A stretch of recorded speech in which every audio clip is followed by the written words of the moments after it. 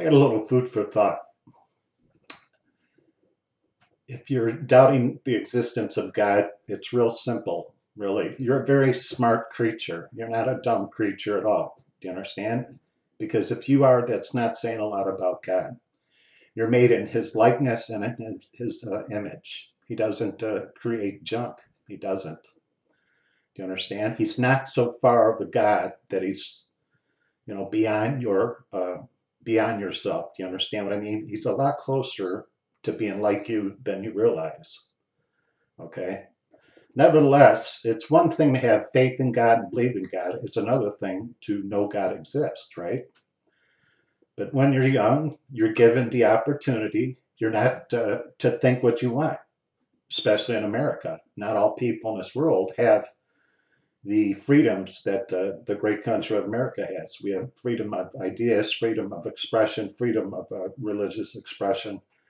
There's a lot of people in this world that are not born into a country that has these great freedoms, such as a lot of Islamic countries.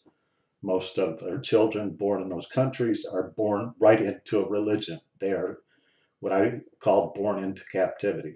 They never have the freedom that most of us have to explore whether God exists or what religion we want to look at and look into.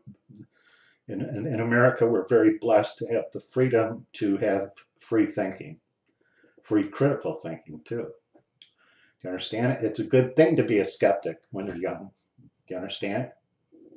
God gave you a mind that should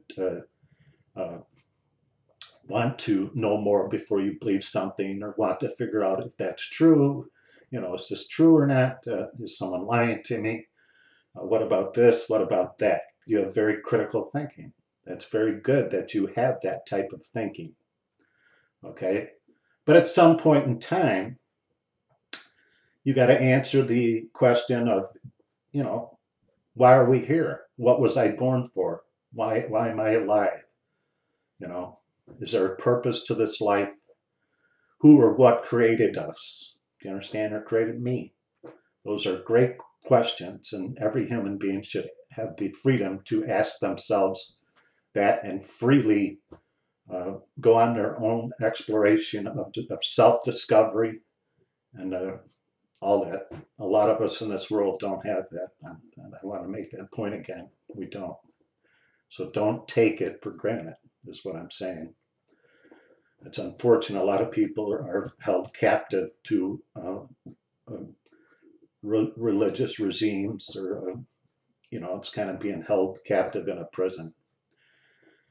Nevertheless, even Jews, most Jews, when they're born and they find out they're a Jewish kid or they had a bar mitzvah, they grow up questioning, does God exist? Does he not? They don't automatically believe in God. That's a beautiful thing. Do you understand? Anybody that comes to God should come to God with freedom. Freedom to explore whether God exists or not being coerced by anybody, or being born into some religious religion that the father believes in, or the mother, or the family, or whatever. You're just born, and you should have the freedom to explore what you think the truth is. I had those freedoms. Do you understand? When I was young, in my teenage years, you start thinking about, why are we here? Why was I born? Is there a God? Is there not a God? Do you understand? But I can help those along the way. Whoever wants help, I can tell you that God made this world, okay? He made it so you would not have any evidence that he exists. Do you understand that? Okay? He created this world in 7 days. It's either he didn't or he did. Either the Bible at the beginning in Genesis, when he says, I created this world and everything in it in 7 days, he actually created it in 6 and then rested on the 7th. Do you understand? Or that's all a lie. So here you have a problem, okay? You have a problem with science and religion. Do you understand? Who's telling the truth? Well, if you do a little homework, you're going to find out that scientists do not all believe in anything. They cannot collectively come to one specific date, like the world's 400 million years old, billions of years old. None of them agree to anything. Do you understand? At all.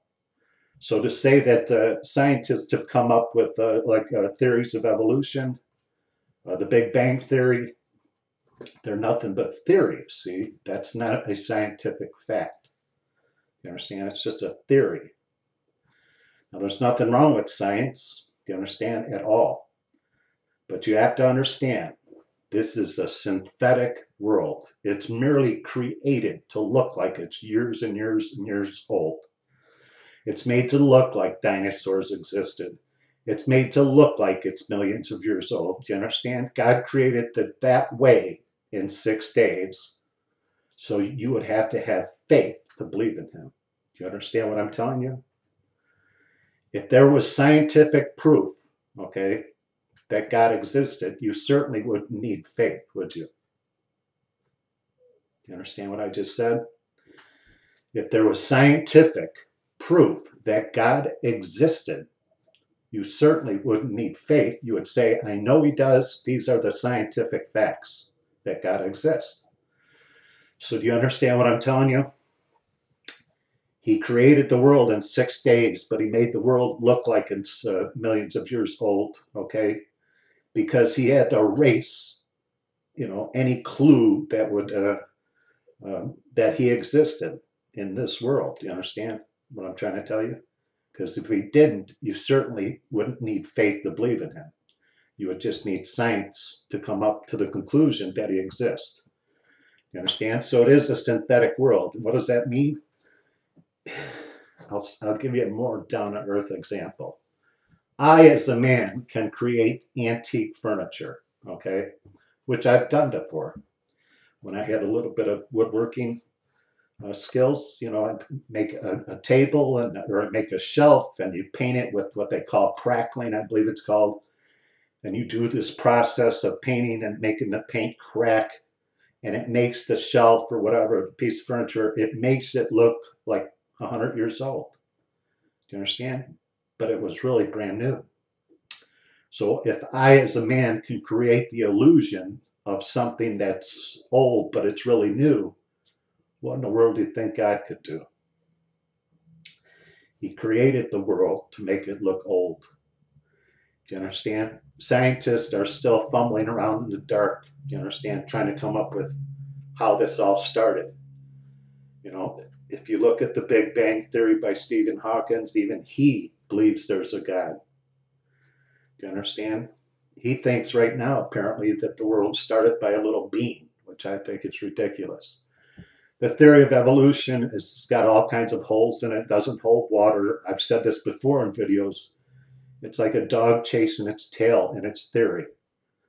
The dog never gets a hold of the tail. It just keeps chasing it around and around and around and never gets a hold of the tail, see? What came first, the chicken or the egg, right?